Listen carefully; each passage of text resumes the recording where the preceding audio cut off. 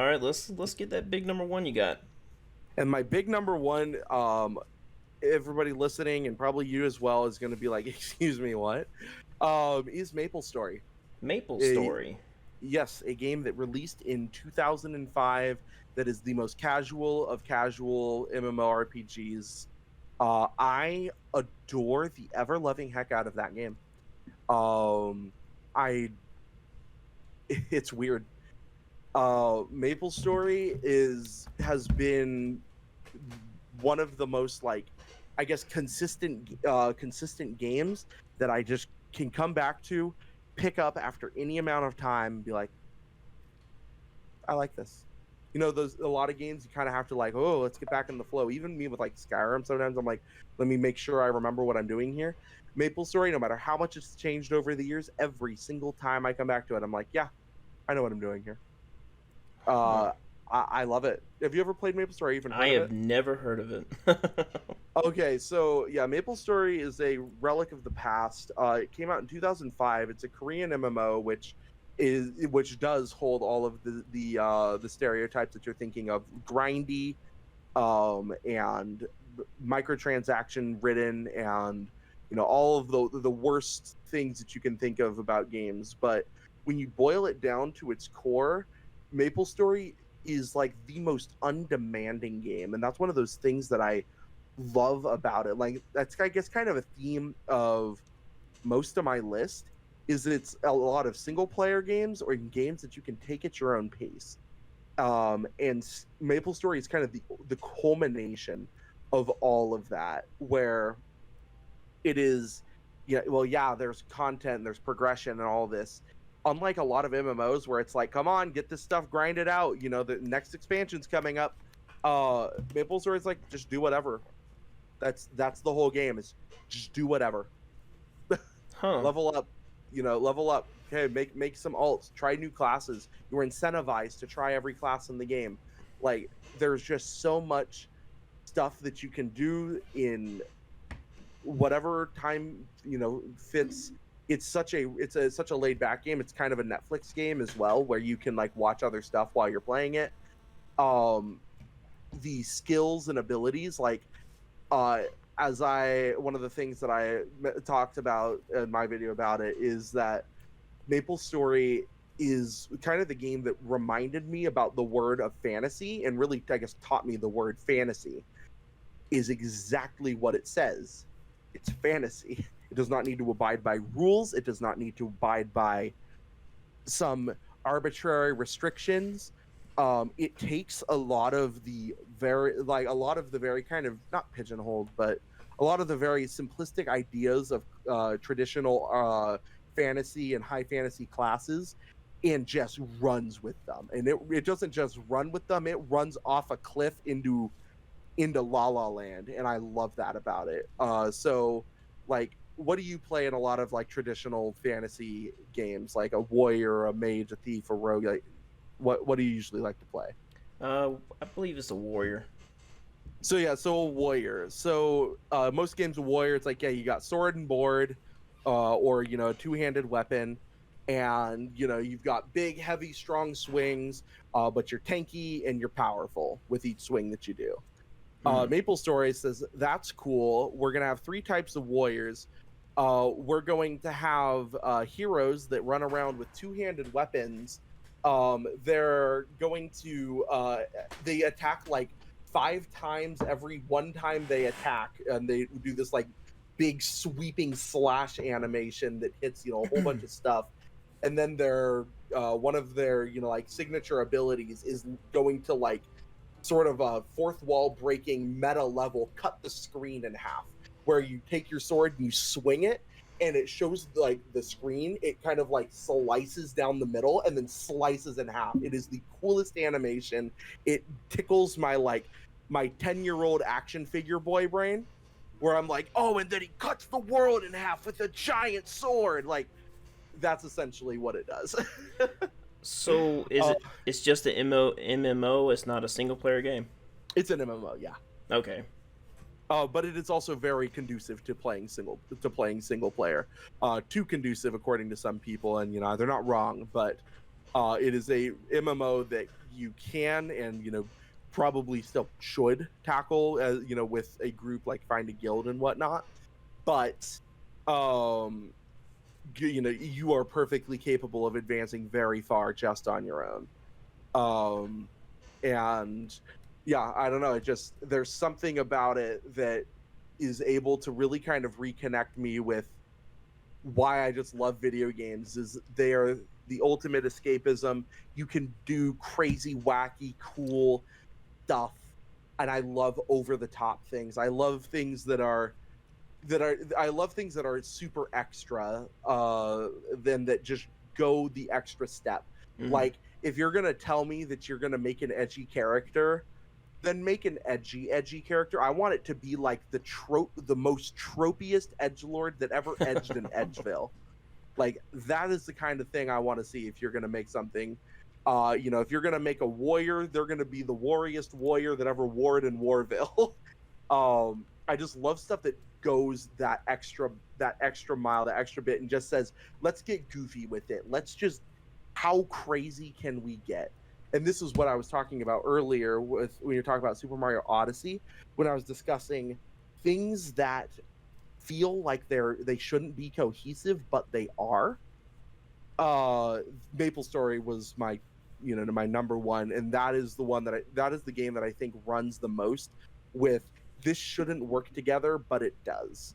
Where you can go from like a beautiful Greek architecture temple in the sky to this this like landscape that's covered in the ash of oblivion, and then you can go into an upside down subway station.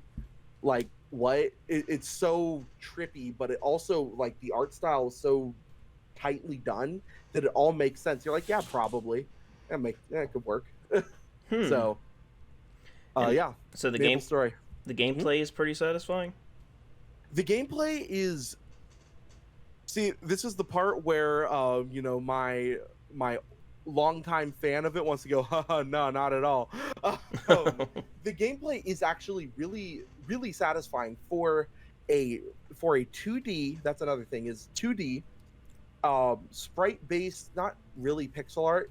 For a 2D sprite based game, it has some of the most satisfying gameplay because of that over the topness that I talked about. Mm-hmm. Some of the most satisfying things where every class feels really punchy. There is no limit to how powerful anything feels like it was supposed to be.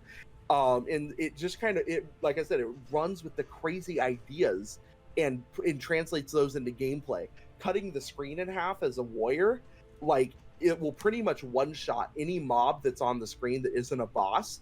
And when you do it, instead of their usual death animation, it will show them split in half and then fade into nothingness. You're like, dude, I just cut those things out of reality. Okay, I'll have to watch your video on it then. Yeah. So I can get a better idea of what it's about. Yeah, I wish I could explain it enough. Oh, and the music of it, they're absolute bangers.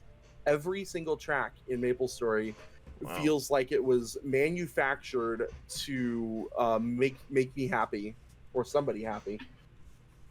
And so you played this when it first came out, or a few years later? Just a few. I've been playing it since 2008, so 14 years I have played MapleStory, which is a little nutty. Wow. So it sounds like this game really impacted you extremely well, especially if you to put it on your number one, right? Oh yeah, this game impacted my writing style as I'm a dungeon master for D&D, fun fact of the day. Okay. So it impacted my writing style as a DM. It impacted my imagination, my understanding, and my interpretation of fantasy and high fantasy. It really kind of informed how I see other games, and really, I guess, sort of put me in that position of, like, I feel like I can appreciate any and all games because of MapleStory. It was so different and so weird that while this game came out in 2005, so that was the year the Xbox 360 came out, which is always, that's a great way to make yourself feel old. But the console that was able to make graphics as good as Skyrim, that was probably some of the one of the most graphically insane things we saw in that generation, outside of probably The Last of Us 1 on the PS3. Mm. The consoles that were able to make like Last of Us and Skyrim level graphics, MapleStory came out the same year in Korea, or no, it came out the same year in North America. It came out in 2003 in Korea. But it just it was able to take the simplest things of gameplay. Yeah, it's 2D. It's very, very simplistic. There's the story is absolutely completely out there, and it makes it fun. It makes it enjoyable. It makes me makes me laugh, makes me smile. The boss fights are absolutely nutty. A lot of games, it's like, okay, we're gonna have bosses with kind of slow, kind of telegraphed attacks. Here we're gonna have bosses with telegraphed attacks, but they're going to be like bullet hell shooters to an extent, where some of the in-game bosses, if you can like watch some videos on them, oh my word, they're just where do you even begin to start trying to avoid these attacks? And so yeah, it feels very much like, for lack of a better description, it tickles the smashing your action figures together kind of thing, where you're just like, oh, but how powerful is this? Oh, but this is so powerful that it does this. Oh, but this is so powerful it does. It just, yeah, it gets to this very sort of, I get almost primal part of just what is fun in its simplest form that doesn't demand anything of you. It just go have fun. Just do whatever. So what can you play it on? PC and PC only. PC only. Okay. However, it is, because of how simplistic it is graphically, you should be able to run it on anything and everything. I think they did recently update the graphic requirements, because over the years, yeah, it has definitely gotten a lot flashier, where a lot of things just have more particle effects than you can shake a stick at.